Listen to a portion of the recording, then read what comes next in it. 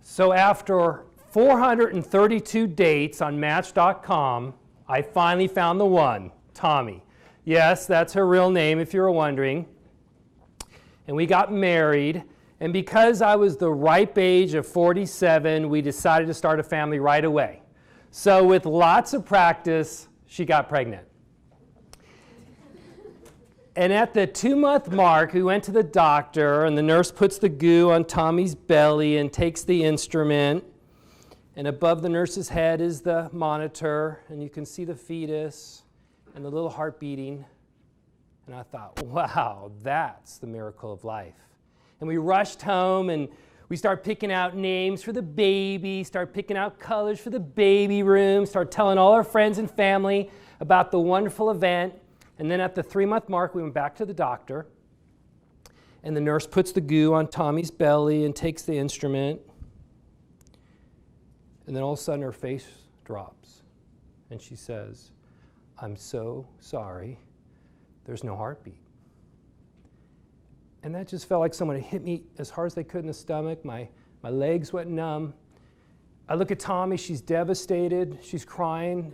It made me feel even more devastated. My mind starts racing. Why did this happen? And how can we handle the pain if she gets pregnant again? At that moment, I felt so heartbroken. But 3 months later, she gets pregnant again with lots of practice. And now we have this amazing boy, Miles Thomas, and he's the smartest, best looking, most coordinated kid on our block. No, really, on our block. Ask my wife. It's true. I know each one of you in here has had a painful moment. Maybe you had a terrible breakup. Maybe you got divorced. Maybe your parents got divorced. Maybe you lost your job. Maybe you lost a dear friend before it was time. It's unavoidable. It's the human experience, right? Luckily, thankfully for us, our painful moment with the miscarriage was temporary. But for many people, their tragedy is lifelong. But it is their tragedy that defines them. And a great example of this is my dear friend, David Metter. David is the national blind golf champion. And he's one of the happiest guys I know, so I have him speak to my happiness class. Yes, I teach a class on happiness, so I'm very lucky. And he tells my class what I know everyone in here is thinking. How does a blind man play golf? Well, he has a coach, and the coach aligns the club, and then aligns the face, and David takes it back and hits it down the middle, and he is really good. Don't bet him. I've lost money. No, he's really good. But he also tells my class of the horrific accident, how he's coming over the hill way too fast. He can't stop. His car hits the tree. His head bashes into the windshield. He gets into a coma, and when he awakens in the hospital, the doctor's standing over him and says, "David, you severed your ocular nerve. You will never see for the rest of your life." He'll be blind from the age of 18 for the rest of his life. And he tells my class that before the accident, he was selfish, he was uncomposed, he had no idea where he wanted to go or who he wanted to be, but the accident changed him to his core, because after the accident, he became much more focused, much more compassionate, much more caring. In fact, he tells my class blindness allowed him to truly see what was important in his life, like friends and family. He also tells my class he's the only man in America who could walk through Home Depot and never see anything he wants. But that's his joke, not mine. David Metter allowed me to see that the old science of loss is incomplete.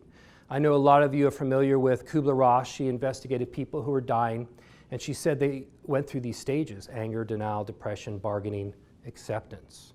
Well, David just didn't accept his lot. He just didn't bounce back. He wasn't just resilient. He bounced back even higher. He transcended because of his tragedy. He used adversity as a superpower for personal growth. David Metter exemplifies, to me, one of my favorite quotes from Michelangelo, the famed Renaissance sculptor. And Michelangelo said these words, I saw the angel in the stone, and I carved until I set it free. I love that quote. There's so many people that are hit by a painful tragedy, and they act as if they're frozen in stone. They build a fortress around their heart. They're immobilized by that pain. But there's other people, like David Metter, who use their painful adversity, their tragedy, as a chisel to free their authentic self, to become the person they're meant to be. And I know there's a lot of people that are suffering, they're in pain.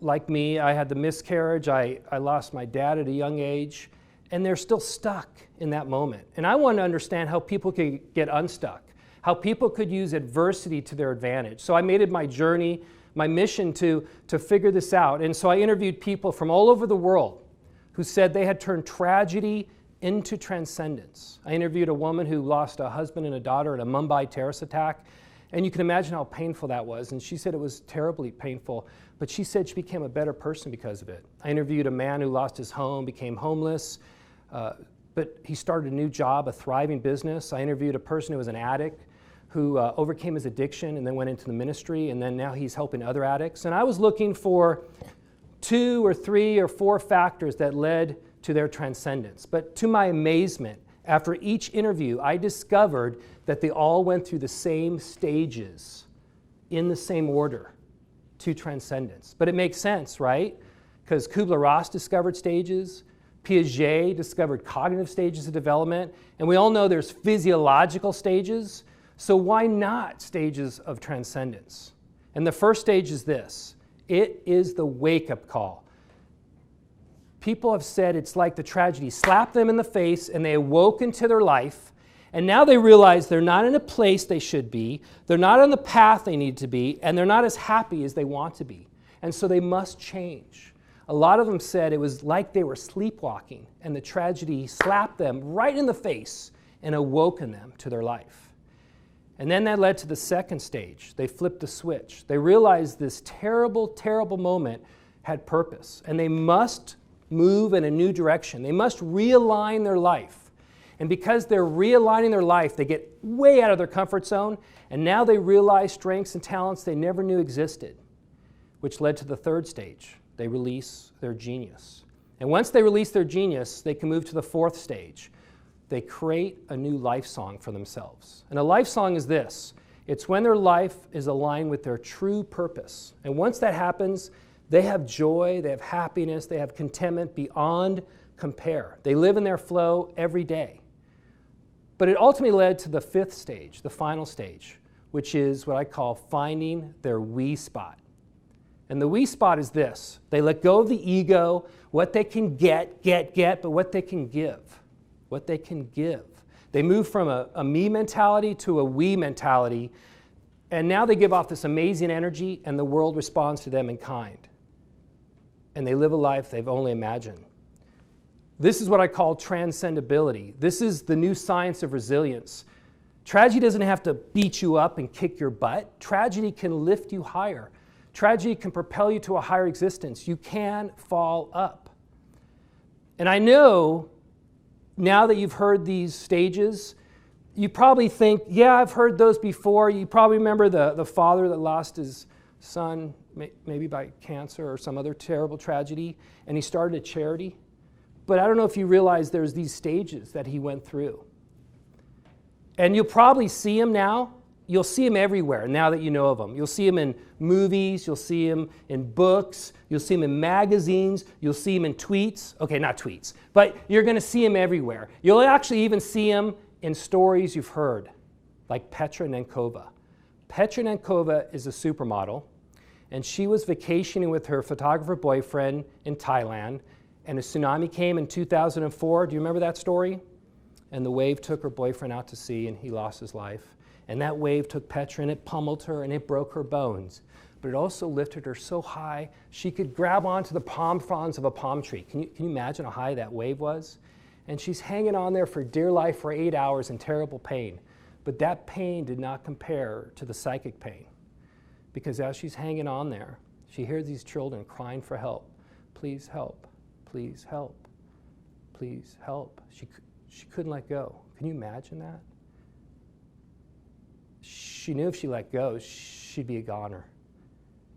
Well, when the water receded and they rescued her, she's in the hospital, and she realizes that terrible, terrible moment had purpose in her life. She said this was her wake-up call, and she flipped the switch, and she said, I'm going to start a charity for children, and I'm going to build schools. Well, Petra never started a charity before. She got way out of her comfort zone, but because of that, she realized strengths and talents she never knew existed. She became a great fundraiser, a great organizer. She went back to business school to gain her business savviness, and she started a charity called Happy Hearts Fund. And to date, it's opened more than 100 schools throughout the world. This is Petra Nenkova's new life song. And Petra knew she was in her wee spot when at one of the school openings, one of the headmasters comes up to her and puts his hand in hers, and he says, Petra Nenkova, you are our guardian angel. And she said that was some of the sweetest words she's ever heard.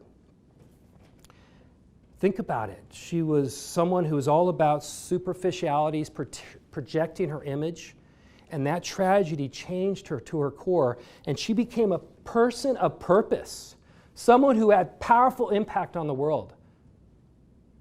This is transcendability. This is the new science of resilience. And when I read these stories and I did this research, it changed me to my core because I started interacting with people different. I started thinking about the world different. It actually gave me a jolt of self-awareness because I had gone through these stages of transcendence and I didn't even know it. About 8 years ago, 3:30 in the morning, I was waking up like clockwork. It felt like a panic attack, like I was getting the heart palpitations and the head tingling and shortness of breath, and I would just tell myself, go back to sleep, take some deep breaths. And I know some of you feel that same feeling, and I had no idea why. Why was I feeling that? I was a professor, I was living a good life, I was playing golf almost every day, and then I get the wake-up call, Dr. Phil. Well, Dr. Phil was on Oprah. Remember when he was on Oprah on Tuesdays? Yes, don't judge me, I watch Oprah. And this woman was describing the same exact feelings that I had. And Dr. Phil said to her, you're in a bad relationship and your physiology is calling you out and you must change. Well, I didn't realize it at the time, but I was in a bad relationship with my career and my physiology was calling to me. Yes, being a professor is a good job. But most professors will tell you that most of the students, they want to know is, Dr. Steinberg, is this going to be on the test? And do I have to really, really buy your book? There's this superficiality to a lot of the connections, and I needed a deep connection. And so I started writing books. I started speaking around the world about meaning and purpose, and that feeling, it went away. It vanished. And I knew I was in my wee spot when I get this email. It's from a Brazilian priest. It's in Spanish, and I don't speak Spanish, so I de-Googleized it. I wrote a book called Flying Lessons. It's a parenting book. It doesn't teach parents how to fly. It teaches parents how to build mental and emotional toughness in their kids so they soar into life. And it was translated in Spanish. And when I read this email, it was some of the sweetest words I've ever read. It said, God bless you, Dr. Steinberg, for writing Flying Lessons. We love your book. Can we use it in all our church schools? And I thought, heck no. No, I thought, yes, the only words I know in Spanish. And posted that letter in my office to find all those great feelings again. What that experience and these experiences taught me is this. Your soul cries out for meaning and purpose. You must live in purpose. And if you do not, your physiology will find you out. And yes, you can watch endless videos on YouTube about cats with funny hats. You know who I'm talking about. And you can distract yourself by playing golf or other hobbies. And you can deny and placate those negative emotions with substances. But eventually, your physiology will find you out if you do not live in purpose. That's a human truth. But you know, I didn't discover that truth. I didn't even discover the stages of transcendence. Let me read to you what Patanjali wrote ancient philosopher, 3,000 years ago. And he wrote these words: when you're inspired by some great purpose, some extraordinary project, all of your thoughts break their bonds. Your mind transcends limitations, and your consciousness expands in every direction, and you find yourself in a new and great, wonderful world. Dormant forces and talents come alive, and you discover yourself to be a far better person than you ever dreamt to be. He wrote that 3,000 years ago. It's my hope today that you realize that you are the extraordinary project. You are the extraordinary project.